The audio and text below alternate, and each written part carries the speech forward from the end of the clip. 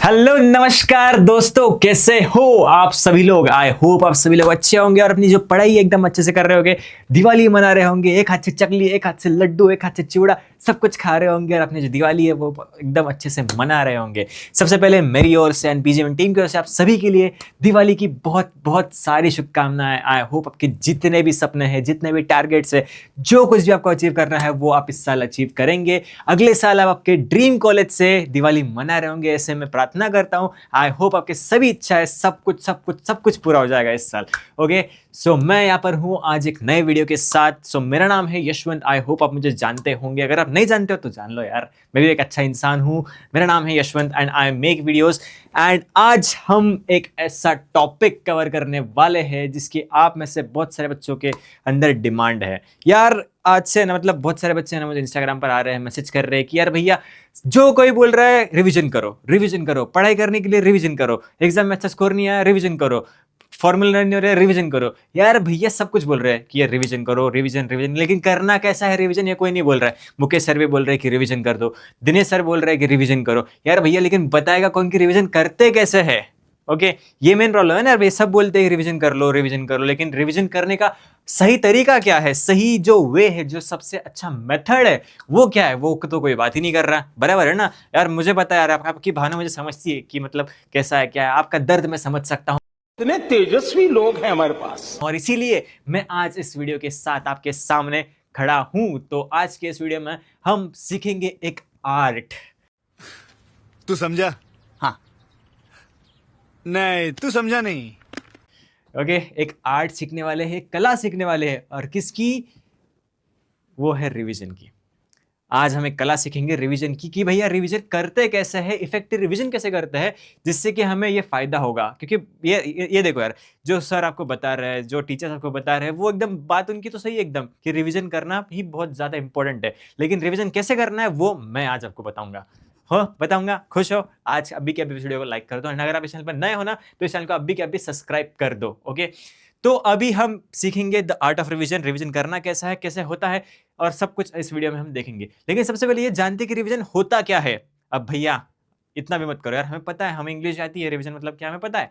तो रिवीजन का मतलब होता है कि यार जो हमने पढ़ा है, जो हमने पहले पढ़ा है उसको फिर से एक बार रिवाइज करना। रिवाइज करना यानी कि उसको फिर से एक बार पढ़ना या फिर अपने दिमाग में रिकलेक्ट करना, इसे हम रिवीजन ऐसे कहते हैं। ओके, तालिया भैया, हमें पता था, ये पता है मुझे। तो चलो आगे बढ़ते हैं और बताते हैं कि रिवीजन करना कैसा है। लेकिन एक बात याद रखना बच्चा, जो रिवीजन है वही आपको आगे लेके जाएगा। अगर आपकी रिवीजन अच्छी होगी, तगड़ी होगी, देन ही आप सर्वाइव करोगे और आपके एग्जाम जो है वो बहुत ज्यादा अच्छी आपको जाएगी। क्योंकि जब तक आपका रिवीजन अच्छा होगा नहीं होगा तब तक आपके कॉन्सेप्ट स्ट्रांग नहीं होंगे। कॉन्सेप्ट स्ट्रांग नहीं होंगे तो फॉर्मूले याद नहीं रहेंगे, प्रॉब्लम सॉल्विंग अच्छे से नहीं होगी। तो ये सारी चीजें ना, ये इंटरकनेक्टेड है। और इसीलिए इसीलिए the conclusion is revision is everything. अगर आपकी रिवीजन अच्छी होगी, तगड़ी होगी, देन आप आपका स्कोर 100% अच्छा कर लोगे। ओके, तो बिना देरी किए आज का वीडियो शुरुआत करते हैं। This is Yashwant. So and without further ado, let's start this video. तो भैया जी, मुझे पता है कि चैलेंज जो है वो रियल है, the struggle is real. Okay, आप सब लोग स्ट्रगल कर रहे हो, मुझे पता है, मैंने भी की थी और आप लोग भी कर रहे हो, और सबको करना ही पड़ता है यार। क्योंकि जब तक हम स्ट्रगल नहीं करेंगे तब तक अच्छे फ्रूट्स हमें कैसे मिलेंगे ना, अच्छी मेहनत, अच्छी सक्सेस कैसे मिलेंगे। अभी आप जितने भी एग्जाम्पल देख सकते हो यहाँ पर, जो कुछ भी है उसने स्टार्टिंग में स्ट्रगल किया ही किया है। नेपोटिज्म साइड में रख दो, उन्होंने भी किया स्ट्रगल, ऐसे नहीं है। बहुत सारे बच्चे, बहुत सारे लोग ऐसे हैं जो नेपोटिस्ट होकर भी अच्छा स्ट्रगल करके वो अच्छे जगह पर पहुंचे हैं। ऐसे बहुत सारे बच्चे हैं। और कहीं भी आपके करियर में ना, अगर आपको स्ट्रगल करना ही पड़ता है। ओके, कौन सा भी फील्ड हो उसके अंदर इनिशियल स्ट्रगल करना पड़ता है, देन ही जाके आपको एक अच्छा उसका जो आउटकम है वो देखने मिलता है। So the struggle is real. मुझे पता है आपकी जो एग्जाम्स है वो नजदीक है, बहुत ज्यादा नजदीक है। एग्जाम्स का जो टाइम है वो जल्दी जल्दी कट रहा है। एंड आपके पास मतलब आप बेचैन हो रहे हैं, भैया क्या करूं क्या करूं, टाइम खत्म हो रहा है। ऐसी अभी अभी आप ही ऑब्जर्व करो ना, अभी थोड़े दिन पहले गणपति आके गए, अभी दशहरा आ गया, अभी दिवाली भी आ गई। समझ रहे हो कितने में आप सोच सकते हो, अभी बोलते बोलते 2025 खत्म भी होने आया। समझ रहे हो, मतलब देखो यार कितने जल्दी टाइम जा रहा है। ओके, मुझे तो ये लग रहा है कि वीकेंड्स मेरे लिए ना ऐसे खत्म हो रहा है, महीने ऐसे खत्म हो रहे हैं। आपके साथ भी ऐसा हो रहा है, मुझे पता है कि टाइम बहुत ज्यादा फास्ट चल रहा है। एंड इसीलिए मैं आपको बताऊंगा कि कैसे करना है, सब कुछ भी है। टेंशन मत लो, आज की इस वीडियो में हम सब कुछ देखेंगे। आज की इस वीडियो में हमारा जो फोकस है वो है डीप अंडरस्टैंडिंग पर। जो स्ट्रैटेजी लगती है वो उसके बारे में हम बात करेंगे। साथ ही साथ आपका जो कॉन्फिडेंस है वो कैसे बिल्ड होगा, वो सब कुछ हम आज के इस वीडियो में अभी बात करने वाले हैं। एंड एक ही मूल मंत्र है जो आपको याद रखना है, कि वो है स्मार्ट रिवीजन। अगर आपका रिवीजन स्मार्ट होगा तभी आपका स्कोर एकदम हाई आ जाएगा। तो चलिए आगे बढ़ते हैं। तो सबसे पहला स्टेप जो आपको करना है वो है कि आपको प्लान करना है रिवीजन। Planning is everything. अगर आप अच्छी चीजें प्लान करोगे तभी जाके आपको उसका अच्छा आउटकम देखने मिलेगा, समझ सकते हो। तो सबसे पहले ना आपको प्लान करना है। प्लान के अंदर क्या करना है, सबसे पहले ना एक चेकलिस्ट बनानी है आपको। ओके, चेकलिस्ट क्या होती है भैया, एक पेज लो, पन्ना लो अपना, आपला वहीचं कागद घ्या, सरळ सरळ सांगतोय, त्याच्यावरती लिहून काढा की यार तुम्हाला काय काय येत नाहीये, काय काय टॉपिक्स तुमचे कव्हर झालेत, तुम्ही काय काय हे बघा। जो भी है ना सब कुछ आपको पता होता है। हम खुद से ऑनेस्ट रहो, खुद को पता है, खुद के अंदर मन को पूछो कि यार भैया मुझे आता क्या नहीं है, मुझे फिजिक्स नहीं आ रहा है, केमिस्ट्री हार्ड जा रहा है, मैथ्स हार्ड जा रहा है, जो कुछ भी हार्ड जा रहा है वो लिख लो। उसके अंदर से सेग्रीगेट करो कि यार मुझे ये मेरा मैथ्स के अंदर ये वाला टॉपिक अच्छा है लेकिन ये वाला टॉपिक थोड़ा सा वीक है। ऐसे सेग्रीगेट कर दो तुम्हारे strong topics and weak topics के अंदर। जो अच्छे स्ट्रॉन्ग टॉपिक्स है वो एक साइड में लिख दो, जो वीक टॉपिक्स है वो एक साइड में लिख दो, जो मीडियम टॉपिक्स है वो जो कर लोगे आप उसको बीच में लिख दो। ऐसे लिख के सबसे पहले एक चेकलिस्ट बना दो और ट्रैक करो उसे कि आपके कितने चैप्टर्स हुए, कितने नहीं हुए, कितने बैकलॉग में पड़े। जब तक आपको उसका ओवरव्यू, उसका प्लान आपके पास नहीं होगा, मतलब एक आइडिया नहीं होगी आपके पास कि आप कितने पानी में हो, तब तक आप उसके ऊपर नहीं आ सकते, बराबर। तो सबसे पहला वो है कि आपको जानना जरूरी है कि आप कहां पर हो अभी। ओके, आपकी जो करंट स्टेट है वो आपको जानना जरूरी है। सो इसीलिए सबसे पहले आपको एक सिलेबस की एक चेकलिस्ट जो है आपको बनानी पड़ेगी। उसके बाद में ना आपको आइडेंटिफाई करना पड़ेगा कि आपके वीक एरियाज कौन से, आपके जो दुखती नस है, ओके, उससे हमें काम करना पड़ेगा ना। लेकिन क्योंकि आपकी अगर दुखती नस अगर आप अच्छे से नहीं काम करोगे तो उसके ऊपर वार होगा एंड उसका प्रॉब्लम, उसका जो तकलीफ है आपको होगा, बराबर है। तो इसलिए सबसे पहले अपना जो वीकनेस है, वीक टॉपिक्स है, उसके ऊपर काम करना बहुत ज्यादा जरूरी है। आपको ही पता होगा अगर आपकी वीकनेस लोगों को पता चलती है तो लोग आके उसको ही दबाते हैं, बराबर। उससे होता क्या है, अपने को प्रॉब्लम होती है।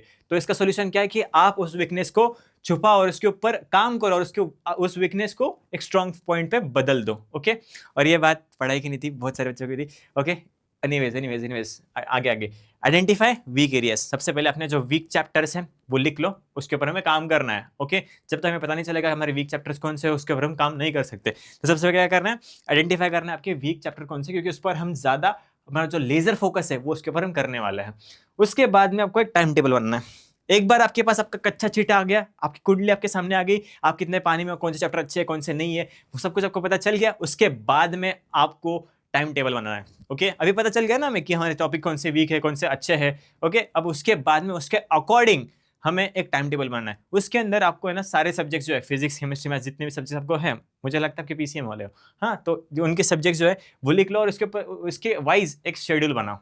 ओके, डिसाइड कर लो कि एक दिन में मेरे 3 सब्जेक्ट्स कवर होने ही चाहिए।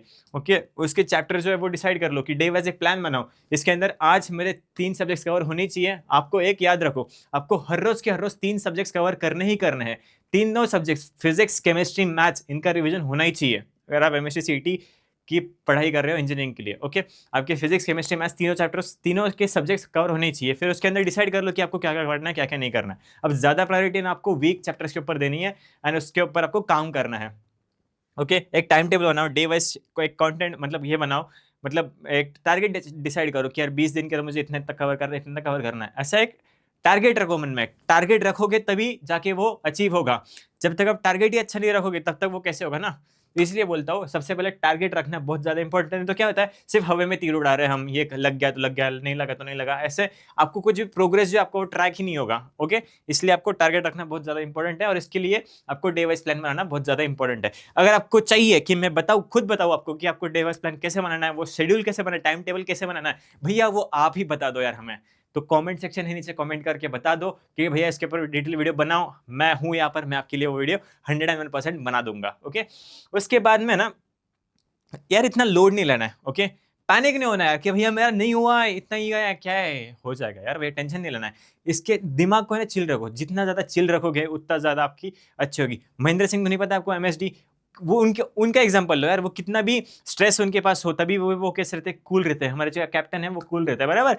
वैसे ही हमारा दिमाग शांत रखना है, क्योंकि जब आप पैनिक हो गए ना तो आपका दिमाग काम नहीं करता, वो 1000 बार ओवरथिंक करता है, 1000 चीजें होती है। ओके, उसके लिए उसका सोल्यूशन क्या है, ज्यादा पैनिक नहीं होना है, समझना है आपकी जो कंडीशन है वो गंभीर है, पता है मुझे, लेकिन उसे शांति से संभालना है एंड ब्रेक्स ले लेकर काम करना है। ओके, ज़्यादा ऐसे नहीं करना है कि यार हमें एक के साथ बैठ गए 5-6 घंटों का राउंड लगा लिया पढ़ाई का, उसके अंदर कुछ नहीं जा रहा, दिमाग के अंदर आधा जा रहा, आधा दिमाग हमारा बाहर ही है, ऐसा नहीं करना है। पता है, एक शेड्यूल बनाओ, 3-3 घंटे का स्लॉट बनाओ, 1 घंटे 1.5 घंटे का। 1 घंटे का सपोज आप 1 घंटा पढ़ाई कर रहे हो, 1 घंटा अच्छे से पढ़ाई करो, फिर जाके 20 मिनट थोड़ा सा ब्रेक लो, रिलैक्स करो, ओके, कुछ राउंड मार के आओ बाहर, ऐसे कुछ ना कुछ करो, ब्रेक्स लो, उसके बाद आपको पढ़ाई करनी है। ज़्यादा ओवरलोड नहीं करना दिमाग को, अच्छे से करना है, लोड लेना है, थोड़ा सा लेना है और धीरे धीरे करके आगे बढ़ना है। ओके, तो सबसे पहले ये था स्टेप नंबर 1 आपका। उसके बाद में आगे बढ़ते हैं। उसके बाद में है स्टेप 2, प्रायोरिटाइज स्मार्ट। ओके, आपको प्रायोरिटी सेट करनी पड़ेगी। ओके, प्रायोरिटी पता ना, प्रायोरिटी सेट करनी पड़ती है। Okay, priority setting is most important in your life. Okay, अगर आपको ये कला आ गई, प्रायोरिटी सेट करना आ गई, तो आप बहुत ज़्यादा आगे जाओगे। ओके, ये सब इसके बारे में बात कर रहा हूँ। ओके, तो यहाँ पर भी वही होता है, आपके चैप्टर्स प्रायोरिटाइज करो कि आपको कौन से चैप्टर्स के ऊपर ज़्यादा काम करना है। सबसे पहले क्या है, टारगेट हाई वेटेड चैप्टर्स। जिन चैप्टर्स का वेटेज हाई है उसके ऊपर ज़्यादा फोकस करो, उसके ऊपर ज़्यादा काम करो। उससे क्या होगा कि जो उनका वेटेज ऑलरेडी ज़्यादा है, बराबर, उसके पेपर में आने के चांसेस वो बहुत ज़्यादा होते हैं, तो उसके ऊपर काम करना बहुत ज़्यादा इंपॉर्टेंट है। उसके बाद में focus on previous year questions. Okay, आपका सिलेबस बहुत ज़्यादा पड़ा है, पता है मुझे, लेकिन अगर आप अच्छे से प्रीवियस ईयर क्वेश्चन जो है वो अगर आप अच्छे से कर लेते हो, तो आपका जो परसेंटेज है वो अच्छा ज़्यादा, मतलब अच्छी खासी तैयारी आपकी हो जाएगी। उसके ऊपर ज़्यादा फोकस करना है आपको प्रीवियस ईयर क्वेश्चन पर, क्योंकि वो क्वेश्चन जो है ना वो एग्जाम में आ चुके हैं ना भैया। तो अगर हम अच्छे से वो एग्जाम पेपर्स के क्वेश्चन करेंगे तो हमें अच्छा एक आइडिया आ जाएगा कि पेपर में किस लेवल के क्वेश्चन आ सकते हैं, बराबर। उससे एक आइडिया आपके इसमें आ जाएगा। तो इसके लिए बोल रहा हूँ आपको प्रीवियस ईयर क्वेश्चन आपको करने हैं। उसके बाद में क्या है, create formula and concept list. Okay, अब भैया मुझे बताओ, आप जेन्युइनली बताना, ऑनेस्टली बताना, पढ़ाई करते कैसे हो। मुझे पता है आप में से 90% ऑफ बच्चे क्या करते हैं, मैं बताता हूँ। मैं भी यही करता था, पता है, जब मैं आपकी एज का था ना, मैं भी वही करता था। मैं क्या करता था, यूट्यूब खोलता था, लेक्चर लगा देता था और वैसे देखते बैठता था। हाँ, अच्छा अच्छा, ठीक है, ओके। वहाँ पे सामने टीचर मुझे पढ़ा रहे, फॉर्मूला लिखा रहे, और मैं क्या कर रहा हूँ, सिर्फ वीडियो खोल के बैठ जा रहा हूँ। ओके, ना मेरे पास कॉपी खुली है सामने, ना कुछ है ना कुछ है, सिर्फ देख रहा हूँ। अच्छा हाँ, मेरा दिमाग में खुद को उजीने समझ रहा हूँ कि वो पढ़ा रहे, मेरे दिमाग में जा रहा है, ऐसे मुझे लग रहा है। भला क्या आपके साथ भी ऐसे ही हो रहा होगा, लग रहा है, फिर बाद में जाके पता चलता है एग्जाम के वक्त, यार कुछ दिमाग के अंदर कुछ भी नहीं है, बराबर। तो ऐसा ही होता है। और तो आपको करना क्या है, सबसे पहले जब भी करोगे, मैंने जब बाद में जब मुझे रिकॉल हुआ, बाद में जब मुझे रियलाइज हुआ, तब मैंने ये अच्छी चीज़ें जो फॉलो की, उसके बाद में मेरा जो प्रोग्रेस है वो अच्छे से हुआ है। तो सबसे पहले क्या करना है आपको, जब भी आप लेक्चर देखोगे, लेक्चर देखते वक्त आपको कंपलसरी कॉपी पेन आपके सामने रखनी है, साइड में जो बोल रहे हैं उसमें जो मेन पॉइंट है लिख लेने हैं, बराबर। वो हो गया हमारा फर्स्ट राउंड। ओके, ये लेक्चर की बात कर रहा हूँ मैं। एक बार आपके लेक्चर्स खत्म हो गए सारे दिन के, फिर आपको फिर से वापस जाना है, वो नोटबुक खोलनी है, उसके ऊपर जो पॉइंट्स आपने लिखे थे, ओके, वो पॉइंट्स खोलने हैं, टेक्स्ट बुक साइड में रखनी है। अब सपोज वहाँ पे आपने सर ने आपको पढ़ाया सेंटर ऑफ मास, पॉइंटर लिखा, आपने फॉर्मूला लिखा, बराबर। वही सेम पॉइंट जो है वो टेक्स्ट बुक के अंदर जाना है, वो पॉइंट पढ़ लेना है। उसमें जो थ्योरी दी है ना वो आपको अच्छे से पढ़नी है। उससे होगा क्या, आपके दिमाग में कॉन्सेप्ट अच्छा है, बराबर, सर ने आपको पढ़ा है, तो जब आप टेक्स्ट बुक में पढ़ोगे ना वो, तो आपको दिमाग में वो 100% बैठ जाएगा। समझ रहे हो, ये करके देखो यार, जब तक आप करोगे नहीं तब तक पता नहीं चलेगा क्या करना है। मैंने जैसे बोला ना अभी आपको, ये करके देखो और मुझे कमेंट सेक्शन में आके खुद बताओ कि आपके साथ ये जो डिफरेंस है वो रियलाइज हुआ ही नहीं हुआ है। ऐसे करना है आपको, बराबर।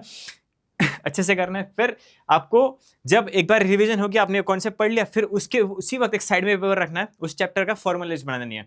उस चैप्टर के जितने भी फॉर्मूलाज है वो सब कुछ एक फॉर्मूला शीट के अंदर लिख लेनी है। ऐसी आपको एक फाइल बनानी है फॉर्मूला शीट की, हर एक जैसे चैप्टर हो गया उसके सारे फॉर्मूलाज लिख लिए, हो गया, उसके अंदर डाल दिया फोल्डर में, वापस दूसरा चैप्टर लिख दिया, उसके फॉर्मूला लिख डाल दिया फोल्डर में। ऐसे एक फाइल आपके पास बना लो।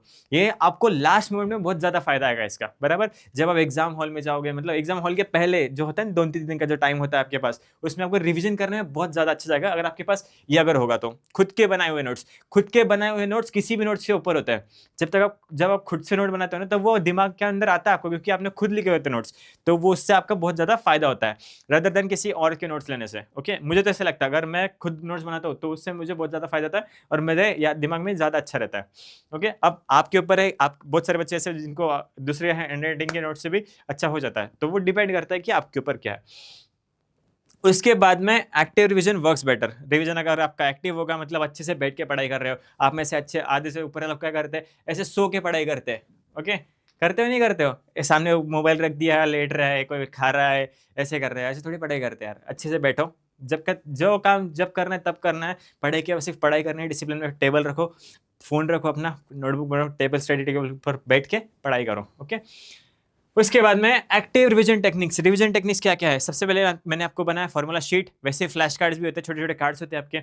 जो लोग लाइब्रेरी में जाते हैं या फिर आपके पास खुद का एक डेस्क सेटअप होगा, तो आप ऐसे कार्ड बना के आप चिपका सकते हो फ्लैश कार्ड, जिसमें इसके ऊपर अपने इंपॉर्टेंट पॉइंट्स फॉर्मूले से लिखा है, ओके, जिसके ऊपर आपकी नज़र जाएगी, आप ऐसे बना सकते हो। उसके बाद में आपको पेपर सॉल्व करना है, पीवाई के क्वेश्चन होता है वो अच्छे से सॉल्व करना है, ओके। मॉक टेस्ट होती है वो अच्छे से रेगुलरली सॉल्व करनी है, ओके। ये सारी चैप्टर जो चीज़ें हैं ये रिवीजन के अंदर आती है। इसी चीज़ को है ना रिवीजन हम बोलते हैं, ओके। इससे होता क्या, आपको वो कॉन्सेप्ट तो रिकॉल होता ही होता है, और जब आप क्वेश्चन सॉल्व करते हो उसके ऊपर, तो वो कॉन्सेप्ट आपका और ज़्यादा टाइट हो जाता है, ज़्यादा फिक्स हो जाता है आपके दिमाग के अंदर, ओके। माइंड मैप्स बनाओ, ओके। माइंड मैप्स भी होते हैं। माइंड मैप्स मतलब पता है आपको? तो माइंड मैप्स क्या होते हैं? एक कॉन्सेप्ट के ऊपर एक जो कॉन्सेप्ट लगे हुए होते हैं उसको माइंड मैप हम कहते हैं, ओके। उससे होता है क्या है, आपको है ना एक रिटेंशन मिलता है कि यार ये ऐसा था, फिर उसका ये फॉर्मूला ये था, फिर इसका ब्रेकडाउन ये था। ऐसे फ्लो चार्ट होता है ना, वो हमें ज़्यादा दिमाग के अंदर रहता है, रिकॉल होता है। इसलिए माइंड मैप्स आप बना के रखो तो वो चीज़ें आपको ज़्यादा अच्छी तरह से याद रहती है, ओके। फिर इसका टीच समवन, यार भैया ये बहुत बहुत ही इफेक्टिव तरीका है, बहुत ज़्यादा। अगर आपको कौन सी भी चीज़ है ना किसी को सिखाने के लिए जब ये करते सिखा देते हो ना, तो वो कॉन्सेप्ट आपके दिमाग में रहता है, मतलब फिक्स हो जाता है, ऐसे लिख कर परमानेंट हो जाता है आपके दिमाग में। आपको क्या करना है, अगर आपके पास एक दोस्त भी होगा, मुझे पता है दोस्त होंगे बहुत सारे होंगे, लेकिन एक तो ऐसा सीरियस दोस्त होगा, बराबर। तो उसको क्या करना है आपको, आप क्या करो, मैं दो दोस्त होंगे आप, तो उसका एक स्ट्रेटेजी बता दो। उसको बोलो एक चैप्टर पढ़ने को, आप एक चैप्टर पढ़ो, ओके।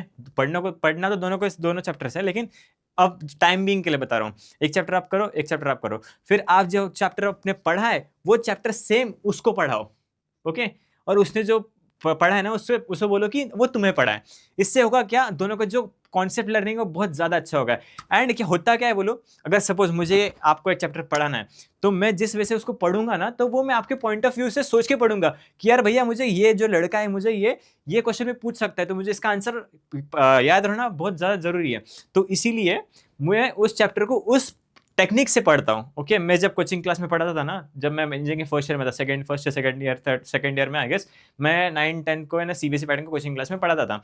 अब भैया लड़के, आपको पता है बच्चे कैसे होते हैं, आप खुद ही बच्चे और कैसे होते हैं पता है आपको, टीचर को मतलब परेशान करके रखना है। तो हम क्या करते हैं, क्रॉस क्वेश्चन करते हैं, बराबर। तो उसका मुझे पहले एग्जांपल आ गया था कि यार भैया मुझे ये लड़का इस तरह का क्वेश्चन मुझे पूछ सकता है, मुझे पढ़ाना है। तो मैं ऑलरेडी उस एंगल से भी उसको देखता था। उससे होता था मेरा जो कॉन्सेप्ट है ना वो एकदम अच्छे से स्ट्रांग हो जाता था, बराबर है। तो ये जो टेक्निक है वो आप अच्छे से कर सकते हो। क्या करना है आपको, जो आप एक चैप्टर आप पढ़ना है, एक चैप्टर आपके दोस्त को पढ़ने को बोलना है, एक दूसरे को वो चैप्टर सिखाना है। इससे आपका जो कॉन्सेप्ट है वो बहुत ही ज्यादा स्ट्रांग हो जाएगा, ओके। उसके बाद में मास्टर टाइम मैनेजमेंट, ओके।